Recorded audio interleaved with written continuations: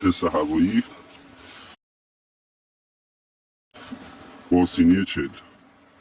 این دوستان میزنه به این جلو تو صداش اینجا خوبه. این ما متر زدیم با متر 2.5 متر. به این جلو تا بوق بده خوبه. نه نقطه آخر میخوام پیدا کنم. به این جلوتر این سینی 40. به این جلو بوق بده بیاین عقب قطع بشه. این نقطه آخرش هست.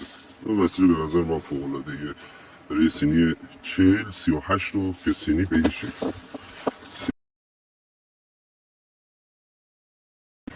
به این شکل هستش. به این شکل قطع و عالی. یه چیزی به نظر من فوق العاده عالی. آشبین با تشکر.